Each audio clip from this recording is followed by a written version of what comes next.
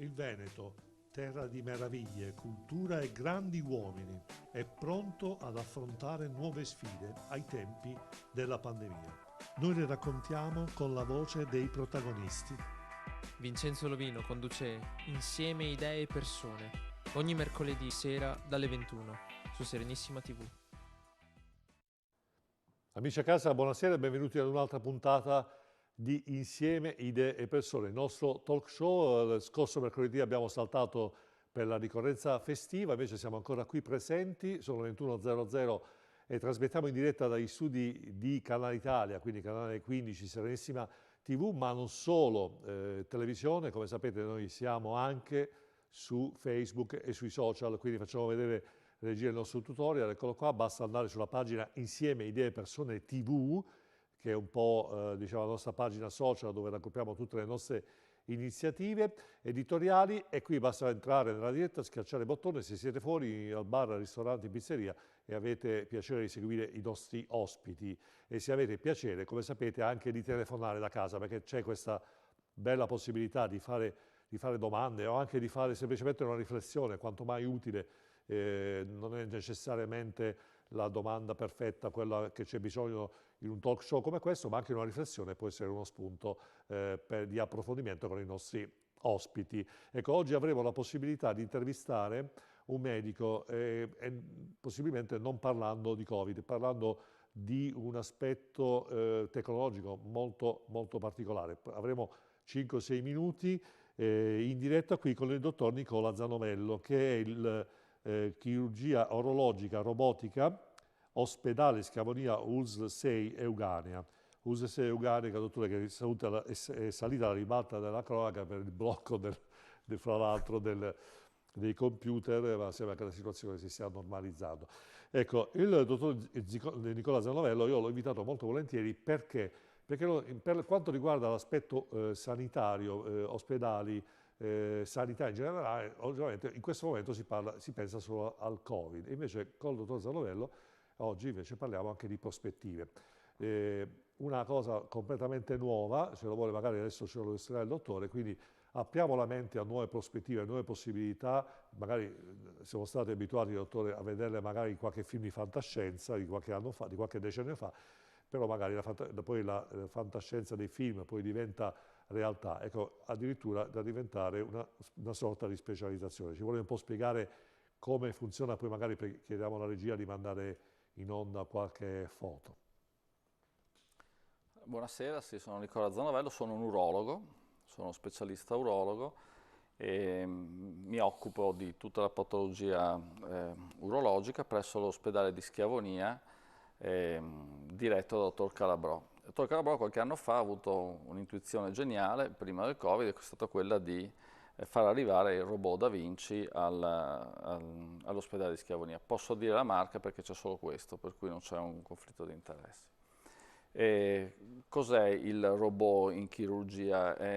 Nasce dalla tecnologia militare con l'idea di poter fare una chirurgia a distanza, cioè non portare un chirurgo a rischiare la vita per salvare un soldato, ma poter eseguire degli interventi a distanza, cioè portare la macchina sul soldato e il chirurgo stava comodamente seduto da un'altra parte. E poi questo non è avvenuto, però questa tecnologia è stata poi portata per uso civile, per cui di fatto si usa un robot che non è un robot che lavora da solo, cioè c'è comunque un chirurgo dietro che lo, che lo comanda. Non è un autolavaggio per cui uno mette l'auto ed esce per forza pulita, di fatto. No, è un ausilio alla chirurgia che viene gestita da un chirurgo. Per cui insomma la mano ancora conta, ecco, non è che basta avere il robot per fare un intervento. Ecco, però dottore, ho letto nella scheda, in sostanza il robot riesce ad ingrandire, diciamo, grazie a telecamere, penso, a sistemi, diciamo, di riferimento, riesce ad ingrandire notevolmente diciamo, l'area sì, di di fatto intervento. il robot è un'evoluzione della laparoscopia che già esiste da molti anni. Quali sono i vantaggi del robot? Intanto di avere una visione tridimensionale che in laparoscopia non c'è, perciò avere una visione d'immagine stupenda, ingrandisce 12 volte, per cui di fatto noi abbiamo riscritto l'anatomia, abbiamo visto dei dettagli che non erano descritti nei libri in cui ho studiato ormai qualche anno fa. e questo è molto importante. Poi permette di articolare i movimenti ancora meglio che col polso umano, perché noi abbiamo 5 gradi di libertà nel polso, il robot ne ha 7, per cui insomma si riesce a fare, per dire, anche il movimento indietro del polso che noi non riusciamo a fare. Questo ci permette di arrivare in posti molto angusti, poter fare degli interventi cercando anche di portare via la parte che va tolta, generalmente il tumore, e risparmiando le strutture sane adiacenti. Questo spesso ad occhio nudo non si poteva distinguere, e invece con il robot si fa. Una volta si sentiva dire, beh, ma quando tagli, un grande taglio si vede meglio. In realtà non è così, è proprio con dei piccoli buchetti che noi inseriamo queste sonde che ci possono magnificare l'immagine e anche aumentare la libertà del movimento. Per cui noi che siamo urologi siamo quelli che hanno il maggiore interesse ad usare il robot, perché lavorando su spazi molto profondi come la prostata, la vescica, nascosti anche dalle ossa del bacino, riusciamo ad arrivare in quei punti lì e fare degli interventi di precisione che, soprattutto per quanto riguarda il tumore della prostata, permettono di risparmiare i nervi per l'erezione e anche lo sfintere per la continenza. Per cui i risultati dell'intervento robotico, oltre che estetico, ma questo conta poco, sono anche funzionali, molto migliori, insomma, se si può dire, rispetto a quelli a cervello. Ecco, i pazienti, dottore, come diciamo rispetto agli anni precedenti quando si faceva la terapia tradizionale, come reagiscono diciamo nel post-operatorio? Chiedono di andare a casa la sera, dopo l'intervento, perciò io quando... Un giorno e via. Sì. Addirittura in America, adesso l'evoluzione è quella di ridurre ancora gli strumenti e fare un unico strumento che si chiama single port, per cui da un unico buco poi degli strumenti che escono come tentacoli di un polipo, per cui insomma essere ancora meno invasivo e di mandare a casa proprio in day hospital questi pazienti che una volta stavano una settimana. Noi non vogliamo arrivare a questo, però insomma abbiamo ridotto, soprattutto adesso anche in tempi di Covid, noi lo vediamo, cioè noi i nostri pazienti, non dico il giorno dopo, ma quelli che ho operato oggi vanno a casa dopodomani, insomma. Quindi prospettive, dottore, di questa nuova tecnologia, sempre di più Ma le prospettive sono un po' legate anche ai costi fondamentalmente, per cui sicuramente l'utilizzo di queste macchine è destinato ad esplodere. Adesso ci sono 140 piattaforme robotiche in Italia e adesso anche ci sono dei concorrenti che si affacciano al mercato e tutto questo porterà ad un ulteriore aumento delle macchine a disposizione. Questo per l'utente è una grandissima possibilità. Ribadisco però il fatto che ci vuole anche la preparazione di chi lo fa, cioè non basta avere il robot per fare un intervento fatto bene, ci vuole una curva di apprendimento, dei corsi soprattutto di simulazione, perché prima di mettersi ad operare un essere umano conviene farlo su dei manichini, insomma. Benissimo. Senta, dottore, allora il nostro tempo a disposizione è scaduto. Mi ha fatto molto piacere averla qui con noi per due ragioni. Prima di tutto perché comunque la tecnologia al servizio mi è molto piaciuta la sua premessa, è partita con esigenze militari, quindi in effetti in teoria in antitesi rispetto dell'uomo, la tecnologia militare ahimè potrebbe essere contro l'uomo, invece poi viene messa a servizio del genere umano, con chissà quali prospettive ulteriori. Speriamo che la sanità possa investire sempre di più in questa tecnologia, e anche perché dare una possibilità, una speranza a quelli che magari hanno veramente queste esigenze, e visto che il Covid ormai ha preso un po' come dire, fin troppo piede nei reparti ospedalieri. Ovviamente non entriamo nel merito riguardo a quello che è un po' le polemiche che sono venute fuori, diciamo, in questo periodo sull'ospedale di Schiavonia, però diciamo che voi avete la possibilità comunque di continuare a fare interventi sui tumori già programmati, quindi Sì, con sì. gente, quindi questo è anche secondo me una gran bella cosa. Ecco, mi sento di ringraziare l'USL 6 Eugalia perché è sempre molto disponibile nei miei riguardi, quindi perché mi dà sempre la possibilità di invitarvi, e se vuole magari risalutare e ringraziare il primario, così magari... Sì, saluto il dottor Calabrò che mi sta guardando e tutti i miei colleghi, perché non sono da solo ad operare, c'è sempre bisogno di un'equipe, il dottor Mostaccio, il dottor Bombieri, dottor Zin, tutti quelli che tutti i giorni mi aiutano e che poi ci sono anche tutti gli altri che seguono i pazienti in reparto, cioè da solo non si fa nulla nel nostro lavoro. Ecco, benissimo. Ecco, bene, grazie dottore. Ecco, ricordiamo il dottor Nicola Zanovello, chirurgia urologica robotica dell'ospedale Schiavonia USL 6 Eugania, mi pare Santa Teresa di Calcutta, diciamo, sì, vabbè, Monselice, diciamo, per chi non fosse pratico, è vicino, è Possiamo dire Padova Sud. Padova Sud, ecco, si dice così. Bene, allora rimanete con noi, adesso proseguiamo il nostro talk, naturalmente lanciamo la sigla, un piccolo stacchetto pubblicitario e poi vi presento gli ospiti con gli argomenti di oggi che sicuramente saranno molto, molto, non dico interessanti, ma sicuramente attuali.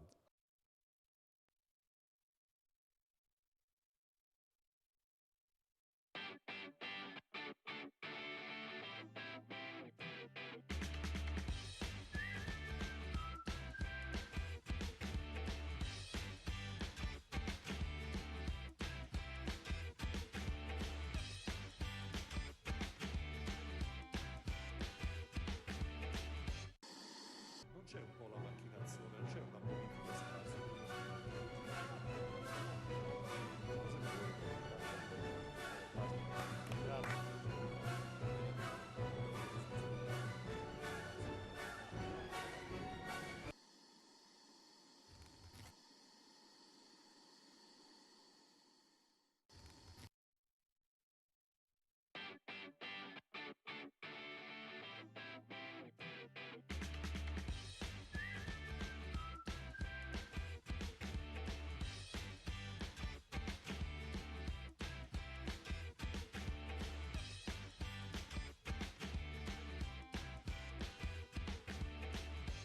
Benvenuti a tutti, sono Luigi di Ottica Sportiello. Da oggi troverete disponibili sul nostro shop online, sul sito internet otticasportiello.it, una nuova gamma di occhiali firmati e della nostra linea artigianale LF. O se vorrete potete venirci a trovare in negozio, siamo a Zerobranco, via Nuolese 21D. E ricordate, Ottica Sportiello, vedi oltre il confine.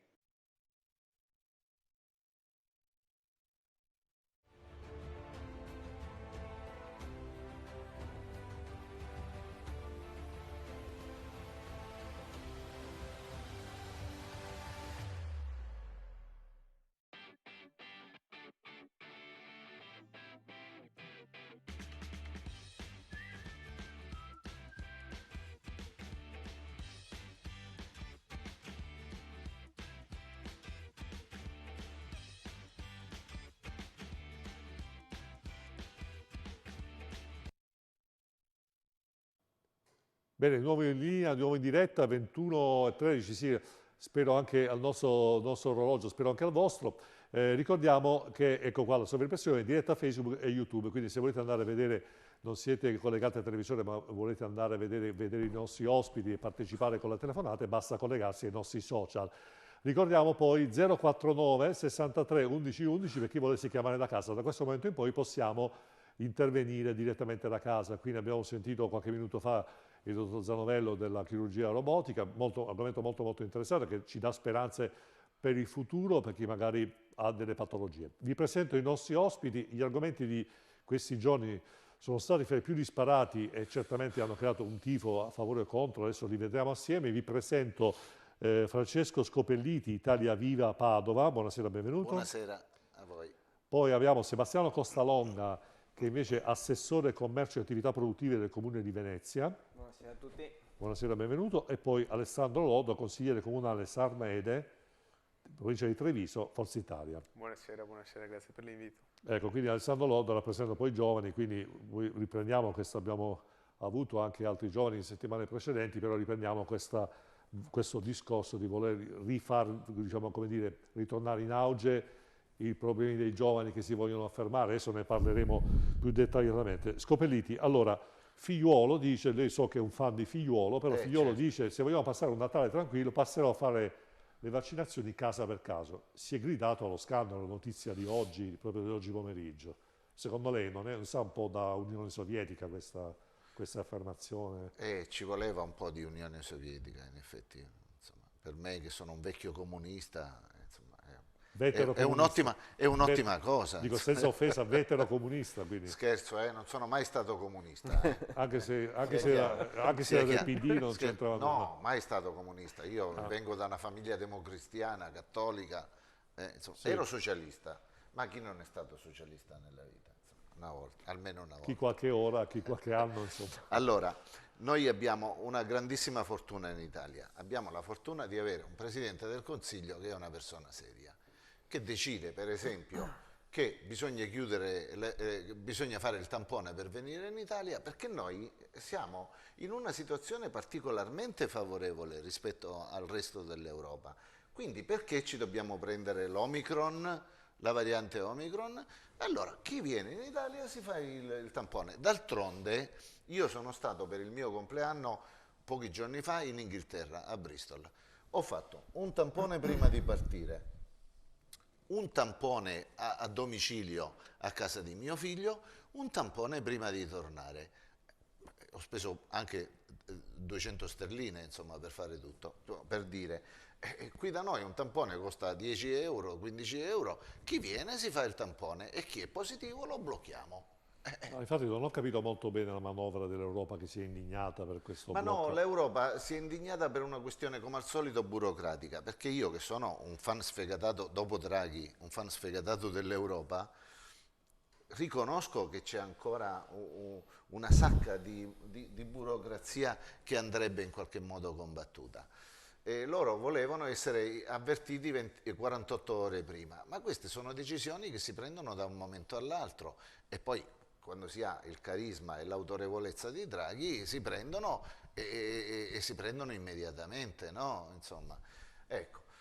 Ma mugugneranno un pochino, ma poi accetteranno. Intanto la Grecia ci è venuta subito dietro perché dice anche noi vogliamo che si facciano il tampone. Noi non stiamo vietando il volo a nessuno. Andate dove volete, ma andate dove volete se siete vaccinati, oppure andate dove volete se siete sani. Se siete malati o se siete portatori, non andate da nessuna parte, state a casa vostra. E se tanto figliolo viene e vi prende uno per uno. Ecco, Costalonga, cioè quindi questa... Vabbè, Scopelliti ha detto due cose che non possono fare molto onore in generale, cioè europeista convinto e fan di Draghi, perché poi vedremo che cosa fa, visto che ormai fra un mese e un anno che Draghi è Presidente del Consiglio, magari possiamo tirare una somma di quello che ha fatto, perché a me sembra molto poco, a parte la gestione dell'emergenza. Invece lei che è vicino al settore produttivo, mi sembra che è ancora insomma, una situazione non sempre piacevole. Beh, sicuramente Draghi ha dato un impulso diverso rispetto ai governi precedenti, quindi sicuramente siamo andati in positivo. Dico che, ad esempio, io a Venezia avevo appena sentito del discorso del vaccino, avevo lanciato Venezia Covid Free, perché era importante intervenire subito per non bloccare l'economia e quindi poteva aiutare. Vedo un po' differente la questione dei vaccini, perché non credo sia una partita di chi è a favore e chi è contro, chi è bravo e chi non è bravo. Dobbiamo continuare a lavorare per spiegare quali sono i vantaggi e qual è l'importanza di vaccinarsi. Dopodiché le persone devono impegnarsi a cercare di capire cosa è giusto fare. Guardi, io sono stato tacciato quest'estate, sono finito sul giornale, su un giornale con un titolone: cacciato via fuori dalla porta dal Florian, perché io quest'estate non avevo ancora il vaccino, perché io sono asmatico, insomma, da bambino ho avuto shock, sì, ho rischiato shock anafilattici, quindi avevo dei motivi per cercare di capire meglio se potevo fare il vaccino o no. Io facevo il tampone, quindi in quel giorno lì sono stato io a dire rimango fuori dalla porta perché il tampone ce l'avevo alle 5, dovevamo fare la conferenza stampa all'aperto. Poi c'era confusione con la musica, ho detto andiamo dentro, però io rimango fuori dalla porta perché ho il tampone nel pomeriggio e quindi attualmente ero senza, in quel momento non avevo il Green Pass. Però è passato un messaggio brutto, cioè io avevo bisogno di riuscire a capire bene se potevo farlo. Oggi ho fatto tutte le mie dosi, fortunatamente è andato tutto bene e quindi io posso raccontare che persone come me che potrebbero avere qualche problema, a me è andata bene. Però cioè, non è proprio una questione di chi è bravo, chi è contro. Ma certo. Bisogna spiegare quali sono le motivazioni. Io ho fatto degli esami, ho parlato con il primario, che ringrazio tantissimo, il primario di pneumatologia di Venezia, dell'Angelo, Lucio, carissimo, veramente è stato attento, mi ha spiegato le cose, poi sono andato a vaccinarmi. Quindi cioè, è importante che la gente capisca quale sia la cosa giusta da fare e in questo momento sicuramente per l'economia, per la vita, la libertà delle persone, il vaccinarsi è importante. Ecco, però con la frase di Figliuolo andremo a fare i vaccini casa per casa, mi sa tanto da cinesi, perché cioè, mi no, ricordo che... non mi viene, dopo capisco, cioè, capisco la necessità che bisogna riuscire a raggiungere il più possibile le persone per evitare l'intasamento delle terapie intensive, quindi è fondamentale andarsi a vaccinare e spingere il più possibile perché succeda questo. Io non so se era una battuta o se... No, ma cioè, quando non l'ha credo detto, se- quando No, l'ha non era una detto, battuta, cioè... Quando No, l'ha sì, detto, perché si io può non andare l'ho a casa, andiamo a casa detto. se queste persone non hanno la possibilità di venire, insomma, o cercare di spiegare Voleva meglio, essere andiamo lì a positivo. spiegare. Sì, andiamo lì Voleva essere a spiegare quanto In es- importante sia il vaccinarsi, però quello di... Non c'è l'obbligo cioè, vaccinale l'obbligo non c'è in Italia, e quindi No, non deve la essere. stampa, aggiornato alle 7.51 di oggi, Covid, Figliuolo, Natale sicuro, virgola, ecco il piano, pronti a vaccinare entrando casa per casa. Quindi era sui giornali, ovviamente non ha citato Repubblica, però la stampa si sa che è un giornale un po'... Ecco, quindi basta andare era fino a 10 minuti fa, non no, so ma se c'è voleva ancora. dire che lui è pronto a organizzare le operazioni Servizio. vaccinali anche andando Sì, a casa. domicilio. Sì, molto Però probabilmente è siccome questo, questa non- cosa... non so è se una è cosa travisata la positiva. cosa, cioè, io sono stato Però- felicissimo di riuscire io ad andrei arrivare prenderli a per le orecchie, vaccinarmi. ma Figliolo no. No, ecco, prego se... No, io dico che io sono stato felicissimo di darmi a vaccinare, capire che potevo farlo in tranquillità, Oh. perché mi sentivo soggetto a rischio, cioè io potevo essere soggetto a rischio, quindi magari ci sono tante altre persone che pensano questa cosa qui e quindi è giusto che gli diamo il tempo di capire e poter ma forse intervenire nella magari libertà delle persone. la frase è stata un po', diciamo, forte, perché ovviamente da un militare mi posso aspettare una frase del genere, però qualcuno ha richiamato, mi è venuto alla mente ricordare quei momenti quando è partito diciamo, la pandemia in Cina, dove c'erano le camionette diciamo, dell'esercito che portavano la spesa, quindi insomma è stata un'immagine un po' troppo forte. Comunque ecco... Comunque ringraziamo il figliolo perché ha fatto un lavoro. No, beh, comunque quindi, questo cioè, va... meglio Questo, che- cioè, dopo può ha essere- saputo. Beh, rispetto, ecco, visto che lei parlava, faceva raffronti Sì. rispetto a quello che c'era prima, sicuramente, vabbè, ma là era facile fare meglio, diciamo, mi sembra di Sì, capire. esatto, vincere è Non facile. c'era molto, cioè, ecco, senza voler sparare sulla Croce Rossa, come si dice. Però questo lodo, ecco, questa Forza Italia è sempre stata, fino a qualche mese fa, molto vicino ai imprenditori. Oggi mi verrebbe qualche dubbio almeno dall'esternazione di certi leader, però questo, diciamo, questo cambiamento economico io finora non lo vedo, comunque faccio l'imprenditore da anni, quindi insomma costantemente a contatto con imprese, ma anche strutture, però vedo comunque le aziende abbastanza sofferenti, quindi c'è da una parte un governo che sbandiera, specialmente voi di Forza Italia, più 6% del PIL, è una realtà invece che soffre, vediamo il turismo, vediamo il settore dei servizi alle imprese, quindi insomma alla fine qual è la verità? Sì, Forza Italia è ancora oggi al servizio delle imprese e a difesa delle imprese, ne dimostra anche quanto è stato deciso l'altro ieri quando per volontà nostra del mio partito si è deciso per una proroga, anche per un rinvio delle cartelle esattoriali di altri 30 giorni e assieme appunto alla Lega... Che però il PD non ha voluto accettare, perché il PD ha detto o togliete gli 8 miliardi diciamo, di riduzione delle tasse, oppure niente cartelle esattoriali, quindi è un po' finita, anche se poi mi ricordo che Berlusconi ha detto adesso qua non so se il governo va avanti. Sì, a però poi dimostrazione di da che parte vogliamo stare noi, da che parte vuole stare il PD. Noi comunque la nostra volontà era chiara. Assieme alla Lega comunque abbiamo spinto per questi 3,9 miliardi per il caro bollette. Quindi il nostro lo stiamo facendo, penso anche allo straordinario lavoro della senatrice Toffanin per quanto ha fatto in materia di cassa integrazione. Qui non voglio entrare in tecnicismi, ma noi ci siamo, comunque cerchiamo di influenzare il più possibile le politiche di questo governo. Dopodiché stanno per arrivare appunto questi 66 miliardi del Piano Nazionale di Resistenza e Resilienza. Qui si apre un capitolo, secondo me, gigantesco anche in materia di imprese, perché dobbiamo Ma lei lo sa, capire... Loddo, che spero che lei sappia, sia consapevole del fatto che sono debiti che cadranno su Esattamente di quello noi, che stavo su di dicendo. voi giovani, cioè Sì. noi magari che Forse chissà sui andremo in nostri pensione, figli. Appunto perché però voi io... giovani ve le prendete paro paro questo. Esatto, quello che doveva essere un piano chiamato Next Generation EU, volto alle nuove generazioni, comunque sarà un debito per le nuove generazioni, e quindi noi giovani siamo i primi a sperare che questi miliardi vengano stanziati per una spesa intelligente, deve essere un debito intelligente e non devono essere dei soldi a pioggia. Bisogna investire su una rete tra comuni, province e imprese per creare lavoro in maniera seria, ecco.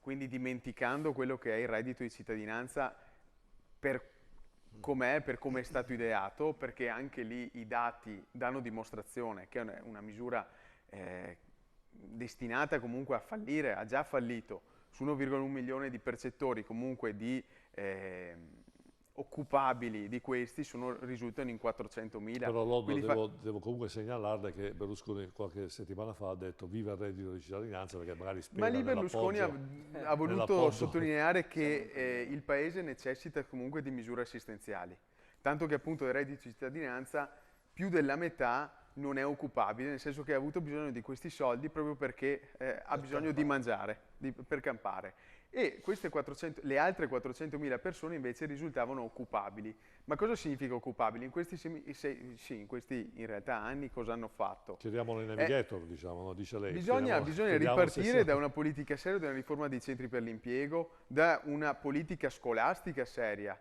che vada in parallelo con le esigenze del mercato, ad esempio, perché un giovane non può uscire dal proprio ciclo scolastico e essere al punto di partenza ancora, quindi riprendere da un tirocinio, da un apprendistato, eccetera, e non imparare le professioni. Ecco, Scoperiti, a proposito di quello che dice Lodo, molto interessante, visto che comunque lei ha anche lei dei figli, mi pare che uno che citava prima è all'estero, quindi è dovuto andare all'estero. A Bristol, però comunque parliamo di, come diceva Lodo, di una farraginosità, quindi di un sistema burocratico che non valorizza i giovani, visto i tirocini, devi fare questo, la scuola che ti porta all'università, mentre in America, visto in Inghilterra, l'università la fai presto, velocemente bene, subito sul mercato del lavoro, invece aspetta, devo stare a casa e mamma, e devo stare qua. E alla fine, cioè, Renzi, che insomma, è il suo leader di partito, di fatto, in un certo senso, non ha fatto nulla negli anni passati per cambiare questa situazione, nonostante sia stato capo del governo per tanti anni. La burocrazia è rimasta, diciamo, non è cambiato nulla. Intanto è cambiato moltissimo. Io vi ricordo che noi veniamo da un periodo di crisi e di aumento della disoccupazione che va dal 2008 in poi, no? Che è stato un crescendo fino a quando poi c'è stato il governo Monti che ha messo un po' di pezze, ma ha messo un po' di pezze per esempio non mandando più le persone in pensione, no? Con la legge Fornero. Insomma, fra parentesi faccio un piccolo inciso, la legge Fornero ha salvato i conti della previdenza sociale italiana. Però la Lega voleva i conti sono in equilibrio per i prossimi 50 anni grazie alla legge Fornero. Però insomma un po' di flessibilità ci vuole. Vabbè, ma questo era un inciso. Allora, tornando al discorso, i 1000 giorni di governo Renzi hanno avuto una decontribuzione totale per tutti quelli che venivano assunti a tempo indeterminato, un aumento di 1.150.000 posti di lavoro in questi 1000 giorni, il passaggio da un PIL negativo a un PIL positivo. Insomma, e chi ne ha giovato? Ne hanno giovato i ragazzi. Poi le devo dire che adesso Brunetta sta facendo una cosa molto che io condivido moltissimo, no? Cioè, io che sono un dipendente pubblico e che Brunetta lo dovrei vedere come il fumo negli occhi, vi dico che Brunetta con la nuova organizzazione dei concorsi pubblici, per esempio, che ha semplificato moltissimo e che ha detto noi da quando facciamo un concorso, dopo 3 mesi i ragazzi devono essere al lavoro, sta facendo un ottimo lavoro, perché pensate che io ho 62 anni e sono nel 50% più giovane della pubblica amministrazione, cioè l'età media nella pubblica amministrazione è altissima. Io per scherzare dico sempre che mio figlio usa il computer come io uso il frigorifero, no? E io il frigorifero lo uso molto bene, come vedete, per dire che quelle cose che io faccio al computer, vabbè che io ho fatto l'analista programmatore e quindi un po' di computer ne capisco, ma i miei colleghi che non hanno il mio background fanno fatica a usare il computer a 200 all'ora. Mio figlio dice: papà, vuoi un link? E arriva il link. Cioè, no? Ecco, per dire che noi Quindi c'è abbiamo bisogno bisogno di di questi ragazzi, di questi, ma anche diplomati, io non parlo solo dei laureati, che per fortuna cominciano a crescere anche in Italia. Li dobbiamo valorizzare, li dobbiamo prendere, Però fin quando dobbiamo continuano svecchiare la pubblica Però se qua in amministrazione. Veneto, che è la culla del nord-est, i ragazzi vanno all'estero per trovare lavoro, vuol dire che qualcosa abbiamo sbagliato. Ma Su questa scusa, riflessione, no, per dire Vincenzo che qui stiamo nel nord-est, attenzione, abbiamo il 4% di disoccupazione, non siamo la Calabria noi, no? Qui in Veneto. Insomma, c'è qualche problemino, ma non ci sono i problemi che ci sono in Calabria, Sicilia, Campania, Puglia e Basilicata. Insomma, ecco. Quindi dobbiamo ragionare su questa, no, riflettiamo su questa dobbiamo cosa, ragionare sulle lanciamo un piccolo stacchetto pubblicitario, ricordatevi 049 63 11 11 per chi volesse chiamare da casa. A fra pochissimo.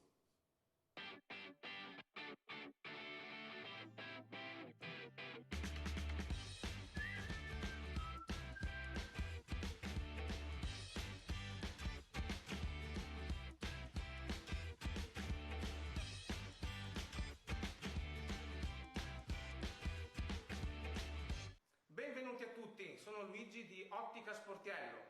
Da oggi troverete disponibili sul nostro shop online, sul sito internet otticasportiello.it, una nuova gamma di occhiali firmati e della nostra linea artigianale LF. O se vorrete potete venirci a trovare in negozio, siamo a Zero Branco, via Nuolese 21D. E ricordate, Ottica Sportiello, vedi oltre il confine.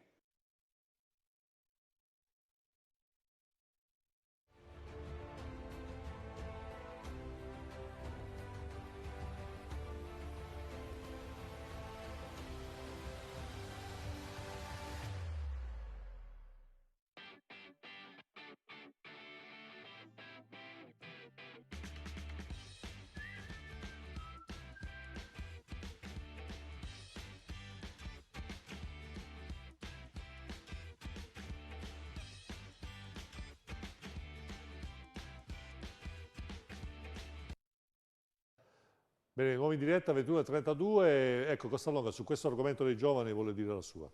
Sì, perché io ho un passato da segretario di un sindacato, quindi diciamo, l'ho trattata parecchio questa questione. E penso che c'è tutta una generazione che è stata presa in giro.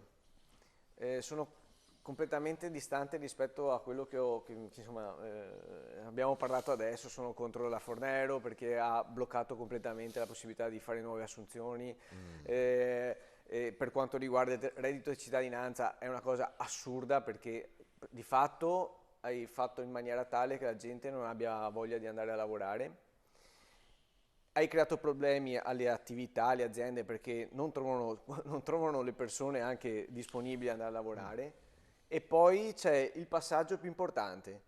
La nostra generazione, forse dalla mia in giù, gli si raccontava che una persona per lavorare in Italia doveva studiare, doveva professionalizzarsi e grazie alla sua professionalità poteva vendersela per avere uno stipendio che era diciamo corteggiato dagli imprenditori che volevano puntare su questa professionalità.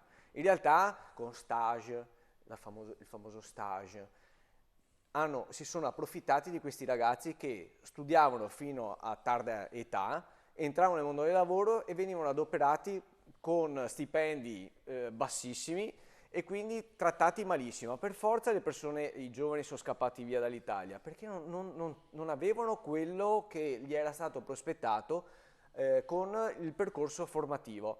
E quindi c'è tutta una balla sui giovani, che dovevano puntare sui giovani, far crescere i giovani, puntiamo sui giovani, che non è vero nulla. Il Veneto è vero che il tasso è più basso, ma è anche vero che comunque un 4% in un Veneto così produttivo è una percentuale molto elevata, è molto elevata, non dovrebbe esserci. Questo sto dicendo. Quasi fisiologico. E poi ancora peggio sulle donne, ma ancora peggio sulle donne. E ogni anno io sono lì che mi guardo tutti gli interventi che vengono fatti per difendere le donne indifese che vengono uccise e tutto il resto, ma nessuno parla del lavoro delle donne. Cioè, una ragazza che studia, due sono le cose: o continua a studiare e non fa famiglia, o lavorare, va bene, o altrimenti appena esce fuori dal mercato del lavoro non rientra più. E ci sono donne di 40-50 anni che non trovano lavoro. Ma il motivo qual è? Perché sono andate fuori dal lavoro. Perché serve una legge italiana che vada a difendere questa cosa, difendere le donne sole, sul lavoro, cercare gli sgravi. Perché un imprenditore, ma perché deve prendersi una donna? Allora, parliamo tanto di fare figli, di fare famiglia, di cercare... E poi viene fuori sempre la balla che dobbiamo tirare fuori le persone che vengono da altri paesi, perché sennò altrimenti non c'è lavoro. Perché noi non facciamo figli? Ma chi è che va a far figli? Certo. Cioè, il rapporto mio, ad esempio, la mia generazione è 2-1, cioè nel senso un figlio forse. Perché 2 voleva dire veramente pensare di non essere in grado di creargli un futuro a questo ragazzo, perché noi siamo quelli che sono stati presi in giro. Io farei una bella riflessione su questo. Quindi potrebbe essere, magari adesso chiediamo Loddo, potrebbe essere che un certo pensiero di sinistra possa dire: è inutile che facciamo investimenti sulle coppie italiane per far figli, facciamo venire persone da fuori a basso costo, a basso reddito, e comunque ci creiamo questo serbatoio di voti per l'eternità. Cioè potrebbe essere Che tra l'altro potrebbe anche non essere confermato, perché i dati Istat parlano, ormai anche gli stranieri non fanno più figli, quindi anche quello è da vedere. Perché era l'unica scusante da parte del politically correct per giustificare un'immigrazione sregolata e irregolare. Di Renzi. Ricordiamoci che Renzi è stato il primo che ha aperto sì, le porte. Poi ai tempi, lo dico perché se lo ricordi, scopelliti anche lei. Loddo, prego. C'era anche una presidente della Camera un po' dei giudizi opinabili, ecco, no, esatto, infatti non l'ho nominata. E appunto il problema è che la forma deve tradursi in sostanza. Cioè dalla legge di bilancio del 2017 che ogni anno i vari governi, quindi di qualsiasi colore, di qualsiasi alleanza, propongono cosa? Sgravio per le donne che non trovano lavoro da almeno 6 mesi, sgravio per i giovani. Però se non si creano le condizioni, prima le condizioni di occupabilità di queste persone, perché poi certa sinistra fa presto a parlare di quote rosa, di pari opportunità, eccetera, posto che la prima città, tra l'altro, per pari opportunità è Treviso, l'hanno dichiarato ieri. Treviso governata dal centrodestra da anni e anni, a parte la fase di giunta Manildo, ecco. Però appunto bisogna creare le condizioni di occupabilità sia per i giovani che per le donne. Anche per le donne si parla sempre di queste pari opportunità, di quote rosa nei CDA, eccetera, del perché non fanno la stessa carriera degli uomini. Perché dietro bisogna pensare comunque a una politica familiare, una politica di aiuto anche a queste donne. Non possono fare 2 vite in una, perché comunque hanno la famiglia, eccetera. Bisogna garantire determinati servizi per far sì che abbiano le stesse opportunità degli uomini. Poi è da anni che apriamo i giornali e vediamo notizie negative. Io per fortuna oggi ho letto il Sole 24 Ore e a pagina 3 diceva appunto della carica dei giovani in merito ai mutui. Finalmente, grazie a quanto previsto nel decreto Sostegni bis, quindi l'aiuto da parte del governo per i mutui sulla prima casa, quindi una garanzia dello Stato aperta all'80% rispetto ai 50%, l'abrogazione dell'imposta di registro ipotecaria, hanno aiutato più di 46.000 giovani a aprire un mutuo, e non è cosa da poco, perché comunque la politica familiare riparte anche da questo, dai giovani che riescono ad andare fuori di casa, perché diciamocelo, abbiamo vissuto anni e anni in cui l'italiano medio era il mammone, quello che stava in casa, eccetera. No, non gli si davano le opportunità per uscire. Quando il governo ha dato le opportunità, come nel decreto Sostegni bis, i giovani stanno rispondendo. E questo è fondamentale, stiamo dando delle risposte. Bene, ecco, Infatti il scopri- quota 100 andava proprio in questa direzione, cioè mandare in pensione le persone che avevano raggiunto una Una certa follia. età per dare spazio ai giovani. Fare Un ricambio, il ricambio che non c'è. Ma c'è e stato dopo il ricambio? sì, Scusa, mi c'è si stato il richiama ricambio? la Fornero che ci ha salvato. Allora, Vai. quota 100 è costato uno sproposito e non ha portato neanche un ragazzo nella pubblica amministrazione. Ma non è per esempio. vero. Sono andati in pensione maschi con alto reddito, le donne non avevano i 38 anni di contributi per poter andare in pensione, quindi hanno fatto un favore a persone che comunque erano privilegiate. Ecco, cioè, è una follia. Cioè, quando tu fai una cosa, devi guardare anche i costi. Cioè, se quota 100 nei 5 anni costa 40 miliardi, è un problema insormontabile, altro che il reddito di cittadinanza. devi puntare Il sui reddito giovani. di cittadinanza è costato un Ma tu quarto ma di quello che sarebbe costato lo recuperi quota sui 100. giovani, lo recuperi Ma sui non giovani. è vero, Sì, perché una persona non- che ha una certa età non ha più non ha il quello tasso- stimolo che ha un il giovane. Scusa, e quindi tu tu parli lavorando per così, sentito dire, no, a non è quanto perché pare. sentito dire, ma no, a quanto vivendola pare proprio parli di per sentito no, dire, sì. perché il tasso di sostituzione è stato il 27%, cioè Era per la ogni, direzione per giusta, ogni 100 bisognava persone, continuare. per ogni 100 persone che sono andate in pensione, 27 E tu invece li vuoi bloccare? No, no, Li io vuoi dico, tenere lì? io dico che bisogna fare i concorsi come sta facendo Brunetta, per esempio, no? Che non è della mia parte politica. Bisogna semplificare le procedure di assunzione, bisogna svecchiare, significa prima far entrare i giovani e poi, quando è necessario, mandare via i vecchi. Ma perché uno come me, che lavora col computer portatile oltretutto, che quindi posso lavorare anche da casa, dovrebbe andare in pensione a 62 anni? Con l'aspettativa di vita che ho, grazie a Dio. Cioè, io posso andare benissimo in pensione a 66 anni, a 67 anni, quando sarà. Oltretutto vi Sì, ma dico nessuno ti che se diceva andassi ma a 60 infatti, ma fammi nessuno dire, ti diceva quando- vai in se- pensione, avevi la vabbè, ma possibilità di andare in io pensione. potevo andare C'erano con persone quota che 100, magari, ma c'erano io persone potevo che- andare con quota 100 Sì, ma stavi- e non ci sono andato. perché tu, secondo il tuo modo di vedere, era giusto che ti sentivi di andare avanti. Ci sono No, persone ma che invece perché era possono una- tranquillamente lasciare spazio ai giovani perché molto probabilmente non sono motivati, perché magari non Ma fanno no, il tuo lavoro la quota e sei 100 davanti al la computer, quota 100 e c'è ha gente che ha avvantaggiato- piacere, che magari fa mestieri anche importanti, perché Ragazzi, lavorare su un cantiere non è come lavorare ma appunto nel infatti PC, e quindi è la logica nessuno che dei è sbagliata, cantieri, tenere le persone anziane a lavorare. nessun manovale di cantiere è andato in pensione con quota 100. Nessuno. Sono andati in pensione i pubblici dipendenti, i medici, i dirigenti dei ministeri. i dirigenti, tutta gente che prende 3-4 mila euro al mese e quindi Più su, sono più su. andati in pensione, perché tanto nel mio piccolo io sarei andato in pensione con 2.300 euro di pensione e fra 6 anni ne prenderò un po' di più, insomma, no, però nel frattempo ho lavorato per 6 anni e sono stato per 6 anni Però magari però suo figlio è all'estero a lavorare, quindi questo è quello che diceva ma mio Costa figlio, Longa, cioè, mio figlio, se lei andava sì. via e lasciava spazio a suo figlio per ipotesi, ma- c'era suo figlio che lavorava, Ma lei Vincenzo, il meccanismo non ha funzionato, punto. Ma non è che uno dice mandiamo in funzionato- pensione, ha mandiamo in fu- ha pensione funzionato- Francesco, così prendiamo suo Ha figlio. funzionato Beh, tutto quello io che è stato fatto dove prima. devo firmare? Che firmo subito? Se io vado in pensione e prendete mio figlio al posto mio, firmo subito. Il punto è che non funziona così. Il punto è che su 100 che sono andati in pensione, 27 sono stati assunti. E non nella pubblica amministrazione, perché ancora la pubblica amministrazione li deve assumere. Le opportunità che ci sono all'estero sono diverse rispetto a quello che offriamo noi, e continueranno a uscire le persone. Fortunatamente adesso arriveranno un bel po' di soldi che dicevamo che saranno poi impegnati tutti i nostri figli, chissà chi riuscirà a pagare tutto quello che adesso stiamo adoperando, e verranno magari spesi per creare queste condizioni.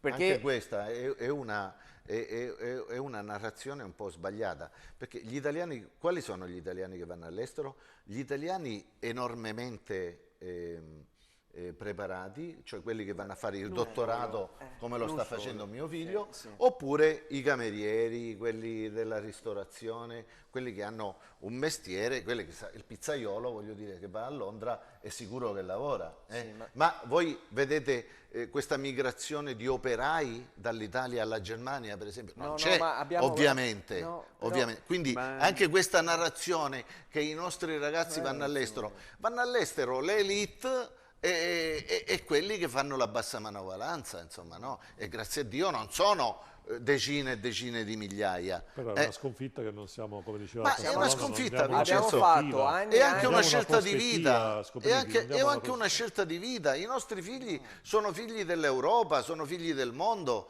È più facile andare, per me è più facile andare a trovare mio figlio a Bristol che andare a trovare mia madre a Reggio Calabria. Perché? Perché c'è il volo diretto Treviso-Bristol, 2 ore e un quarto e sono arrivato a Bristol. Per andare a Reggio Calabria devo prendere l'aereo fino alla Lamezia, poi affittarmi la macchina e andare dalla Lamezia a Reggio Calabria. Ci metto mezza giornata. Non è che ci metto... Abbiamo C'è parlato anche da anni dire- di austerity, abbiamo parlato anni di austerity, di togliere, di cercare di efficientare tutto il resto. È arrivata la pandemia e adesso ci mancano i dottori, le persone professionalizzate, ci mancano le persone che studiano, perché poi dopo dobbiamo pagare per avere la possibilità di ricevere tipo il vaccino, cioè, all'estero. Sì, sì. E potevamo averli qui, No, ma su perché sono questo- ragazzi Su nostri. questo concordo. Sono ragazzi Su nostri che questo sono stati lì. concordo. Quindi, C'è anche a dire poi, rispetto a quello che è stato detto sulla bassa manovalanza, non è che si trasferiscono i camerieri, i pizzaioli, poi una volta lì diventano camerieri e pizzaioli, perché piuttosto che stare in Italia A fare niente, allora sono costretti a diventare camerieri e pizzaioli a Londra. Quindi nasce qui anche il problema che questi giovani, come si diceva prima, arrivano alla fine delle scuole che non sono specializzati, che credono di aver investito 5 anni in maniera positiva e poi si ritrovano a non essere Tra l'altro, occupabili nel mondo del lavoro. Loddo, diciamo anche la statistica di oggi, anzi di ieri, rispetto allo stesso periodo gennaio-novembre dell'anno scorso, meno 12.500 nascite, quindi vuol dire che le coppie non fanno neanche figli, cioè, e del resto come si fa? Prospettive di lavoro, poi andare a stare a casa da un momento all'altro. Ribadiamo, gli unici avvantaggiati sono i dipendenti pubblici che hanno avuto lo smart working a casa per fortuna e per hanno loro. perso le password, hanno perso i computer, hanno fatto un sacco di alchimie per pur di non arrampicarsi sugli specchi, eccetera, e sembra che gli unici avvantaggiati siano stati loro sotto certi punti di vista. C'è gente Però che ha lavorato i giochi- moltissimo da casa. Sì. Io, per esempio, il mio gruppo di lavoro, io ho 12 collaboratori e non abbiamo una pratica Ma lo gestita. smart quella è stata working una fortuna. Ho dei ragazzi meravigliosi. ha trasformato sicuramente il modo di lavorare, Questi no, ragazzi, no, pensa, no, assolutamente. per dirti, non riuscivano a collegarsi col sistema perché i sistemi sono obsoleti alle 11. Sì. C'era qualcuno che cominciava alle 7 di sera a lavorare Infatti e andava io- avanti fino a mezzanotte. Ma infatti adesso Beh, funziona grazie al tanto lavoro, il certo, telelavoro. guardi, le posso dire, ci sono storie eh. di persone che ho sentito ovviamente, che invece tutta la giornata erano libere a giocare in giro, a fare shopping, e lavoravano 3 ore dalle 7 di sera a mezzanotte, dipende sempre dai punti di vista. Sì, Cioè, ma chi lo voglio sa? dire, Adesso funziona la il qualità del telelavoro, lavoro. ma quanto viene pagato il telelavoro? Cioè, adesso abbiamo i nostri ragazzi che sono bravissimi e lavorano perché adesso funziona la smart working, abbiamo visto che si risparmia col telelavoro. Contratto di 400 euro al mese? infatti, E come fanno a far famiglia? vedi, io che sono contrario in linea di principio al reddito di cittadinanza, però, Sì, però vorrei, guardi, vorrei- scusi Scopelliti, però lei dice così che è contrario alla cittadinanza, però il suo Renzi l'ha votato la prima, la seconda e la terza volta, cioè è ancora lì. no, il Non- reddito di cittadinanza. Sì, è ancora, se scusi, volevamo ma fare, cittadinanza, se adesso ci volevamo siete voi fare al governo, un no? referendum, Ma ci siete voi al governo, cioè abbia Vincenzo, pazienza. devi Cioè, dire le cose giuste perché queste se sono, no cioè, i dati te oggettivi. le confuto una per una. Sì, ma Allora, no, hai confuto, detto una però, cosa di fatto- che non sta né in cielo né nel terra. Non ci Italia siete al Viva è governo contro voi. il reddito di Non ci siete al cittadinanza. governo voi. Ita- No, e allora, Noi l'abbiamo allora, fatto il governo, allora siamo noi che approvate- l'abbiamo messo allora là. approvate il reddito di cittadinanza. No. Quando si fa un governo di coalizione e c'è una forza politica che ha il 32% della forza politica dei voti, voti parlamentari. bisogna tener conto anche di loro. Ma io dico, cioè, mentre il mio boss il mio capo Matteo Renzi è assolutamente contrario al reddito di cittadinanza, io mi sono permesso di fare una piccola riflessione, che è questa. Quanti ragazzi venivano pagati 400-500 euro al mese? Il reddito di cittadinanza, se ci pensate, ha alzato l'asticella, cioè ha detto ai nostri pseudo imprenditori, vuoi un ragazzo che ti lavora 8 ore in cucina dalle 6 del pomeriggio alle 2 di notte? Gli devi dare 2.000 euro, non gli puoi dare 700 euro al mese, perché se no 700 li prende di reddito di cittadinanza e se ne sta a casa. Ma se gli dai 2.000 euro viene a lavorare. Siccome lei fa il dipendente pubblico, io faccio l'imprenditore, le posso garantire che queste persone comunque stanno a casa. Certo. È che in parallelo se tu lo paghi la persona viene a lavorare. In parallelo va se tu fingi di pagarla e allora sta a casa e si prende il reddito. La maggior parte delle persone stanno a casa perché hanno il reddito di cittadinanza e anche se tu gli offri 2.000 euro stanno alla casa loro, come si dice. I ristoranti li vedo tutti pieni e ma è aumentato il lavoro in nero, ma con questa roba qua, ma io giro un magari sacco. quelli che vogliono lavorare vanno a lavorare in nero, gli conviene. Appunto, anche. Poi è un sistema folle comunque, basato su un'autocertificazione, cioè il passaggio passa dal CAF alle poste e in mezzo c'è l'INPS. Tutto basato su un'autocertificazione. Guardate che ci sono 3 milioni e mezzo di persone che hanno preso il reddito di cittadinanza e sono state scoperte 70.000 frodi, cioè la percentuale è veramente bassa, cioè è veramente bassa. Vogliamo dire quanti sono quelli che non emettono fattura? Voglio dire, cioè sono molti di più, no? In percentuale. Bisogna spendere i soldi diversamente, cioè bisogna sicuramente aiutare le aziende per creare il meccanismo che funzionino e che creino lavoro. Però non come una volta che poi dopo se ne approfittano dei ragazzi, con dei meccanismi che io ti do i soldi, tu prendi la persona, il ragazzo giovane, lo paghi come si deve, lo formi, perché la formazione è fondamentale e siamo giusti, però la formazione dopo va pagata, perché è una persona che ti crea lavoro, ti fa crescere l'azienda. Sì, la formazione. Ma è proprio il concetto che è sbagliato. Paga lo Stato per la formazione. Però il ragazzo non gli puoi dare 700 euro e dire sai ti metto in regola part time e però mi lavori a tempo pieno. No, basta. No, anche perché inizialmente ti danno comunque, a parte questa considerazione, posso garantire che ci sono molte testimonianze di persone che sono rimaste a casa perché prendono 1.200 euro, 1.300 euro, 1.000 euro e prendevano lo stesso stipendio con il reddito di cittadinanza, prendevano lo stesso stipendio. La cifra massima del reddito di cittadinanza è 780 euro se hai moglie e 2 figli a carico, quindi anche questa la stai dicendo una cosa falsa. È che si parla solo di reddito di cittadinanza, è che non si parla. Dai ragazzi, spesso non si parla della classica NASPI, la classica disoccupazione che per tanti casi è necessaria, io non sto criticando questo, però anche quella molti giovani, in quanti io faccio consulenza del lavoro, in quanti ragazzi mi chiamano: ascolta Alessandro, ma se vado a lavorare per più di 6 mesi, allora perdo l'indennità di disoccupazione, se magari prendo più di tot soldi, allora vado cioè, il primo scopo è non perdere quell'indennità, che comunque è pari al 75% di 1.220 euro, di 1.227, quindi un minimo di 920 euro se li pigliano. Quindi è chiaro che sì, si parla di reddito di cittadinanza, ma anche questa è una misura che disincentiva. Ascolta. Me ne intendo un pochino, vi assicuro. Allora, una volta la disoccupazione era, soprattutto se avevi più di 50 anni, massimo 8 mesi di disoccupazione. È arrivato Renzi e ha riformato anche questo servizio. Adesso, se tu lavori 4 anni, hai diritto a 2 anni di disoccupazione. 2 anni di disoccupazione. La disoccupazione comincia con quelle cifre che hai detto tu e poi perde il 3% al mese. No? Scende piano piano. Ma questo è un meccanismo di welfare fantastico. Perché la gente lavora 3-4 mesi e sta a casa. Lavora 4 mesi e sta a casa. E sta a casa 2 mesi. Scusa, fanno contratti, non è che sta a casa 2 anni. Assurdi. Se lavori 4 anni hai diritto a 2 anni di disoccupazione. Se lavori 6 mesi hai diritto a 3 mesi di disoccupazione. No, non ci Se vuole. sentiamo Costa Longa... No, io proprio su questa cosa qua io cambierei tutto, tutto sbagliato. come? Te l'ho detto, cioè dovrebbe essere un altro sistema. La gente Simone, continuano a disoccupato, assumere, li disoccupato. assumono a tempo determinato e dopodiché li mollano. Perché non conviene più all'azienda andare avanti così. Lo stage è roba assurda lo stage. Lo stage è uno sfruttamento a siamo 3-4 euro perché i all'ora contratti di per far che, collaborazione- perché ci sono dei vantaggi anche per chi organizza lo stage e quindi è tutto un magna magna sulle spalle. È tutto un magna magna Io lo sulle toglierei spalle lo stage. Sono dei d'accordo ragazzi. con te. Io li vieterei gli stage. Cioè, tu vuoi una persona, lo prendi con un contratto Di apprendistato.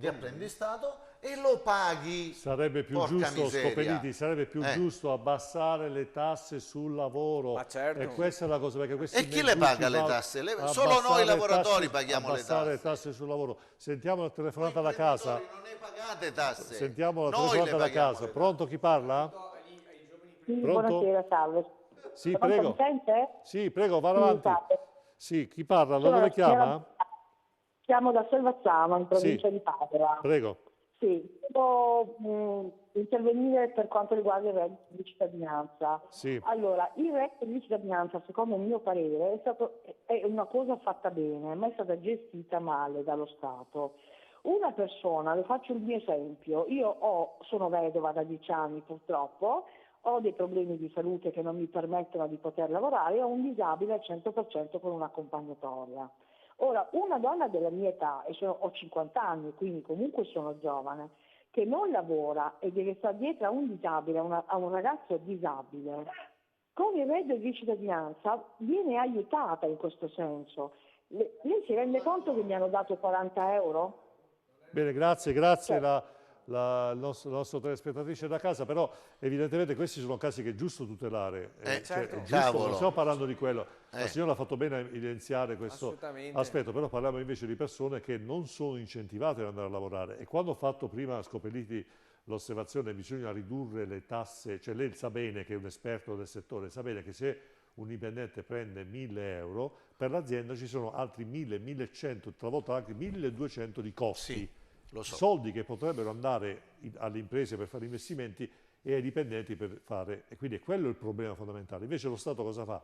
Ti mantiene la pressione fiscale, perché dobbiamo fare la guerra guardie e ladri, e ti fa questi sottomezzucci di contratti stage e contratti... Che lo stage non ha diritto a alla progetto. disoccupazione.